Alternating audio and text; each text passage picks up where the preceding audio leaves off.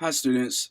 We are now at the last part of lesson two, part two, for reading two literary excerpts and making some comparisons as it refers to theme in the American Dream.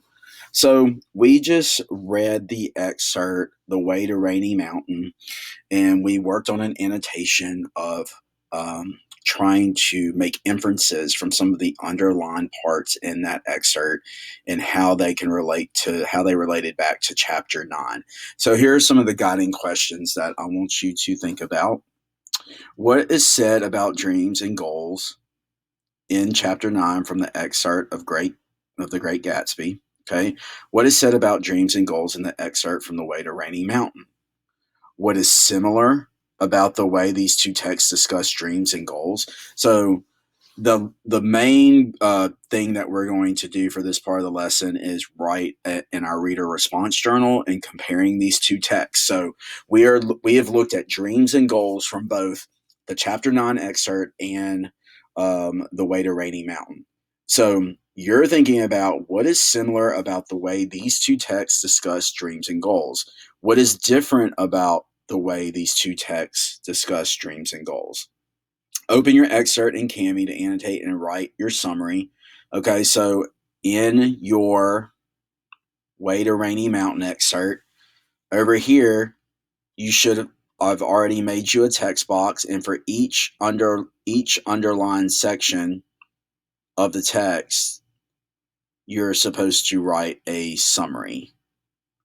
Okay? So you are to write a summary for each underlined portion of that text. So I'm going to go ahead. I'll just give you a minute to pause for a minute and to think about what you've already written down, and then I'll come back and show you a model. Okay, we're back. So I'm just going to walk you through what a sample should look like when you're thinking about this, a short little summarization of these main ideas that are here in our excerpt. So I'm going to go ahead and grab me a text box. You should be able to click on here and fit it to the lines. Okay, I'm going to change my font. I want something that pops a little bit, something that stands out. I'll go ahead and do Roboto Mono.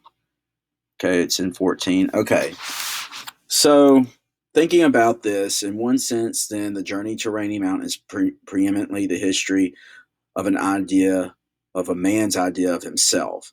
So this may be explicitly referring to one man, one man's journey. However,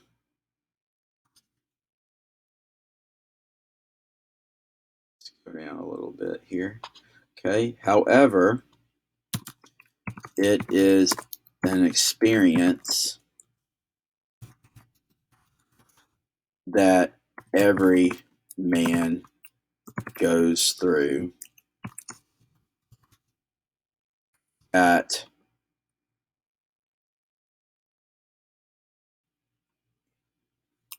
some point in his life. Okay. So that's making a comparison. I made a comparison, like I stated what I saw here at the very beginning, but then right here I'm making a reference back to chapter 9. It's an experience that every man goes through at some point of his life, just like the neighbor in the excerpt from chapter 9. Something was going on in that neighbor's life that made him realize that, you know, living a life in luxury and extravagance wasn't necessarily the way to live the American dream. Like, you know, we talk about wealth. Yes, wealth may be important to some, but remember, happiness is also a part of that. So I think that's that journey that both of these narrators are trying to perceive here. Okay, and the American dream is something that all Americans strive for. Okay, so I gave you, this was a model. I gave you a model of kind of what to look for. Of course, I really want to see how you think as a writer and as a reader.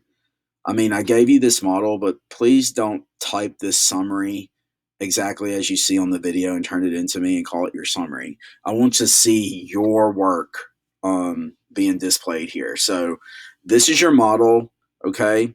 You have to do one for the first underlined part and the one for the second part. So remember, your summary should be making references to chapter 9, some similarities about the American dream, and then also maybe some differences, okay?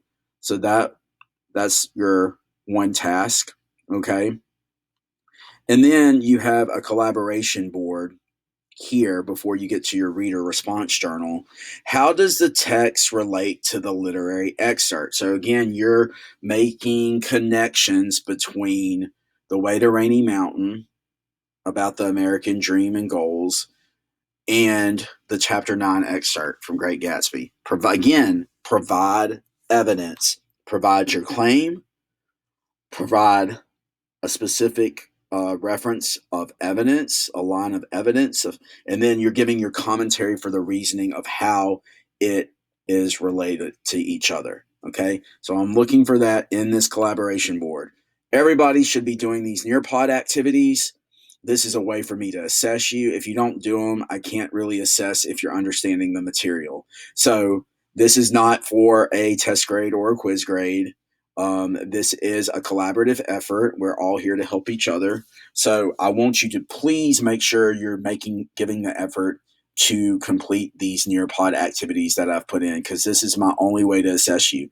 I don't have you in class in front of me, so I can't assess you like immediately to see if you know the material or not. So I need you to answer this so I can help you. Okay? Last part for lesson 2. You're going to do another reader response journal. Okay. This, remember, is a collection of our responses and our notes and we're gathering all the parts we need to write our culminating writing task essay. So again, I posted a video of how you open that notebook, but you need to answer the following questions in your reading response journal. How is the American dream presented in both of the texts that we have read for this lesson? How do both texts connect to the past and the present to the American dream? Include evidence from both texts to support your answer. So again, you're trying to draw connections, similarities, and differences between both of the excerpts that we have read. Now, I'm going to go over and show you your journal. You guys, 9 of you, this is first block, 9 of you have turned it in, 13 haven't. For those who have turned in their notebooks, I'm going to be returning these at the very beginning part of the week. So at the last part of the week, when we're done with this lesson, you can go back and write your summary for lesson 2. You should be, and I'm going to just, Ariel, I'm going to use you as an example. Okay. So your notebook should pop up.